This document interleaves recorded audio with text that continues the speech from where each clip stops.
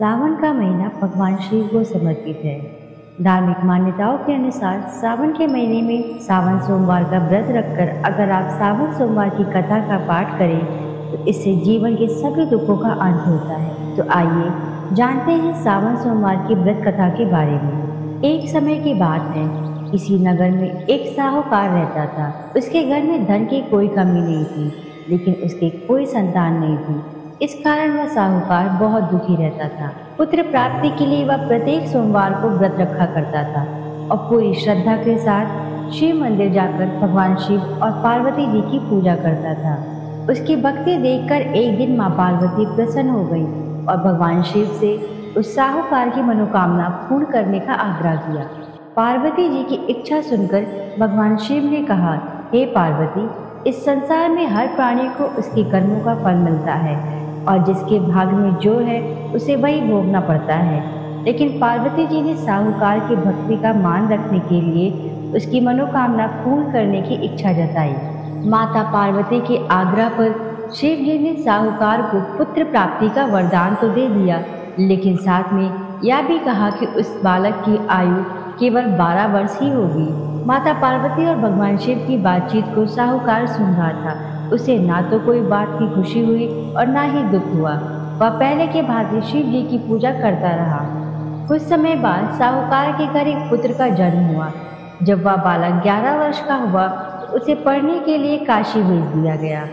साहूकार ने पुत्र के मामा को बुलाकर उसे बहुत सारा धन दिया और कहा कि तुम इस बालक को काशी विद्या प्राप्ति के लिए ले जाओ और मार्ग में यज्ञ कराना। जहाँ भी यज्ञ कराओ वहाँ ब्राह्मणों को भोजन कराते हुए दक्षिणा देते हुए जाना। दोनों मामा भांजे इस तरह यज्ञ कराते और ब्राह्मणों को दान दक्षिणा देते काशी की ओर चल पड़े। रास्ते में एक नगर पड़ा जहाँ नगर के राजा की कन्या का विवाह था, लेकिन जिस राजकुमार से उसका विवाह होने वाला था वह एक आंख से काना था।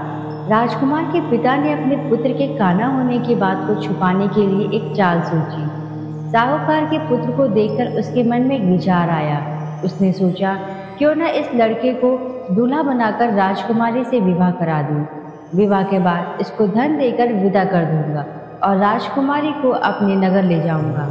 लड़के को दूल्हे के वस्त्र पहनाकर राजकुमारी से विवाह करा दिया, लेकिन साहूकार का पुत्र ईमानदार था। उसे यह बात न्याय संगत नहीं लगी। उसने अवसर पाकर राजकुमारी की चुन्नी के पल्ले पर लिखा कि हे राजकुमारी, तेरा विवाह तो मेरे साथ हुआ है, लेकिन जिस राजकुमार के साथ तुम्हें भेजा जाएगा वह एक आंख से काना है। मैं तो काशी जी जा रहा हूँ पढ़ने के लिए। जब राजकुमारी ने चुन्नी पर लिखी बातें पढ़ी तो उसने अपने माता पिता को यह बात बताई। राजा ने अपनी पुत्री को विदा नहीं किया, जिससे बारात वापस चली गई। दूसरी ओर साहूकार का लड़का और उसका मामा काशी पहुंचे और वहां जाकर उन्होंने यज्ञ किया। जिस दिन लड़के की आयु 12 साल की हुई उसी दिन यज्ञ रखा गया। लड़के ने अपने मामा से कहा कि मेरी तबीयत कुछ ठीक नहीं है। मामा ने कहा कि तुम अंदर जाकर सो जाओ। शिव जी के वरदान अनुसार कुछ ही देर में उस बालक के प्राण निकल गए।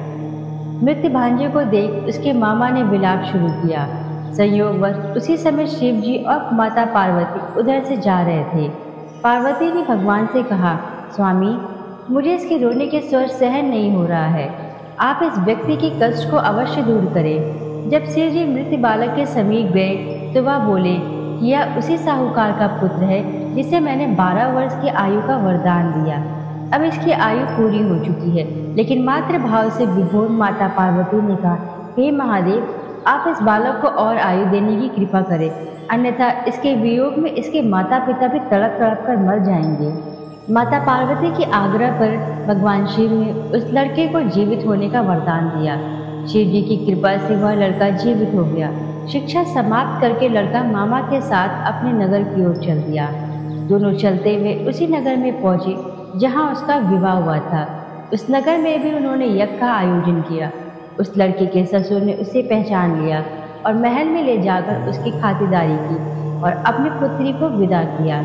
इधर साहूकार और उसकी पत्नी भूखे प्यासे रहकर बेटी की प्रतीक्षा कर रहे थे। उन्होंने प्रण कर रखा था कि यदि उन्हें अपने बेटे के मृत्यु का समाचार मिला तब वो भी प्राण त्याग देंगे, परंतु अपने बेटे को जीवित होने का समाचार पाकर वे बेहद प्रसन्न हुए।